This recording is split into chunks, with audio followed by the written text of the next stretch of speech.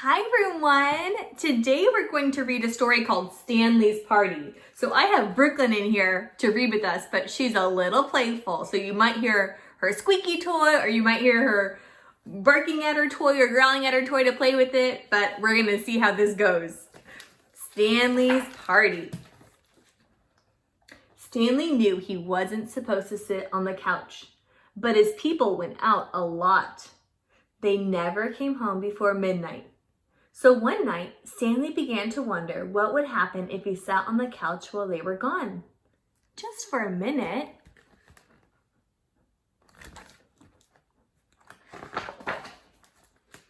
He put one paw on the couch and waited. Nothing happened. He put a second paw up. Slowly, Stanley dragged his whole huge body onto the couch. He sat there nervously listening. He waited for someone to yell, "Stanley, off the couch!" But no one said a thing. So Stanley lay down. The couch was more comfortable than he'd ever dreamed. Stanley stretched out his legs. He put his paws up on the cushions. He sprawled and squirmed and sniffed the leather trim. The couch was wonderful. All that evening, Stanley lolled and lounged on the couch. Just before midnight, he remembered his people. He straightened the cushions, brushed away dog hair, and hopped off the couch. When his people came home, he was waiting at the door. "Good dog, Stanley," they said. "Ruff," said Stanley, wagging his tail.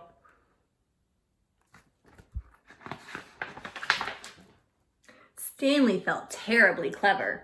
He was so pleased with himself that the next night he decided to try something new.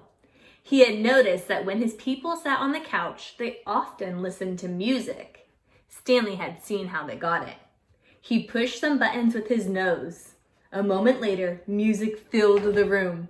Stanley was entranced. His body began to sway. His feet began to move. Soon, Stanley was waltzing around the room. When the music changed, he tried a cha-cha and a tango. He even did a bit of ballet. Stanley danced up a storm that night. He didn't stop until just before midnight. Then he turned off the music and tidied the couch. When his people came home, he was sitting on the living room floor. "Good dog, Stanley," they said. "Bark-de-bark-bark," said Stanley. Was he really being a good dog? I don't know about that. On the third night, Stanley broke into the fridge. Uh-oh. It wasn't hard. He just pushed his nose firmly into the rubber seal and popped the door open. There was a lasagna in there that he'd been watching for days. It didn't last long. After it was gone, Stanley licked the plate clean and put it in the sink. When his people came home, he was lying on his dog bed. "Good dog, Stanley," they said. "Burp," said Stanley.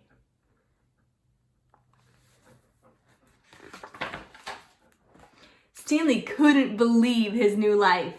Now he didn't mind at all when his people went out. As soon as they left, he sat on the couch. He sashayed and shimmied to the music. He nibbled and noshed from the fridge. "I'm having so much fun," thought Stanley. But after a couple of weeks, he realized that something was still missing. What do you predict he feels is missing? And one day, when Stanley's people took him to the dog park, he figured it out. He was tired of having fun all alone. Stanley trotted over to his best friend, Alice. "How'd you like to come over to my house this evening?" said Stanley in dog talk. "What for?" asked Alex. "We could sit around on the couch," said Stanley. "Put on some music, do a little dancing, maybe have a snack." "Sounds great," said Alice. "What sounds great?" asked Oscar, coming up to join them. Before Stanley knew it, he had invited Oscar too, and Mabel and Digger and Gassy Jack.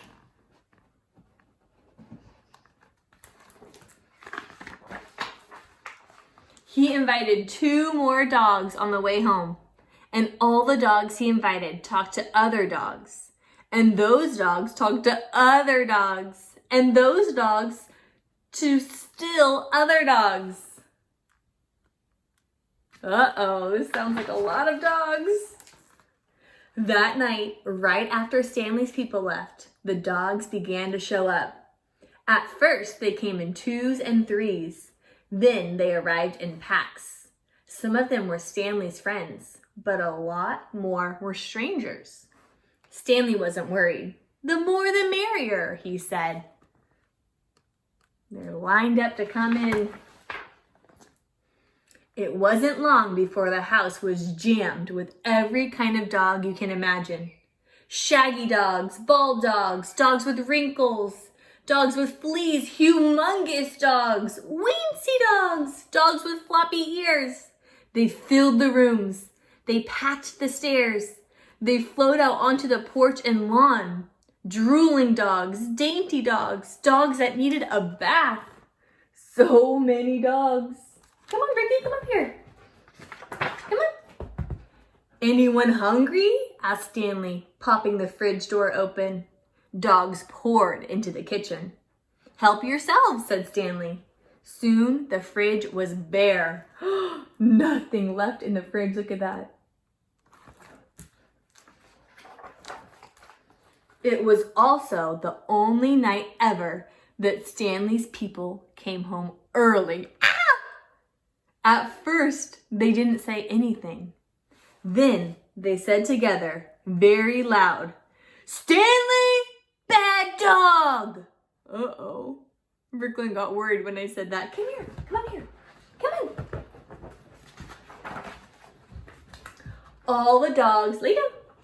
Here's your baby. All the dogs except Stanley had to go home. Stanley helped his people clean up. It took 2 whole days. Oh. After that, whenever Stanley's people went out, they took Stanley with them. Stanley didn't mind. He went out a lot, and he never came home before midnight. As for the party, well, this all happened a long time ago. But in Stanley's neighborhood, the dogs still talk about that night. And the dogs that were there told the other dogs, and those dogs told still other dogs. The story spread until dogs all over the country heard it.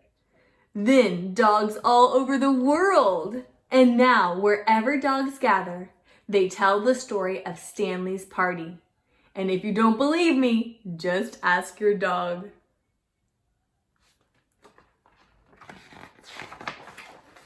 The end. I hope you enjoyed this book and reading with Bricky. Go get it. Go get it. She was so happy to be in here, but a little antsy. So thanks for bearing with us, and we can't wait to see you soon. Bye, everyone.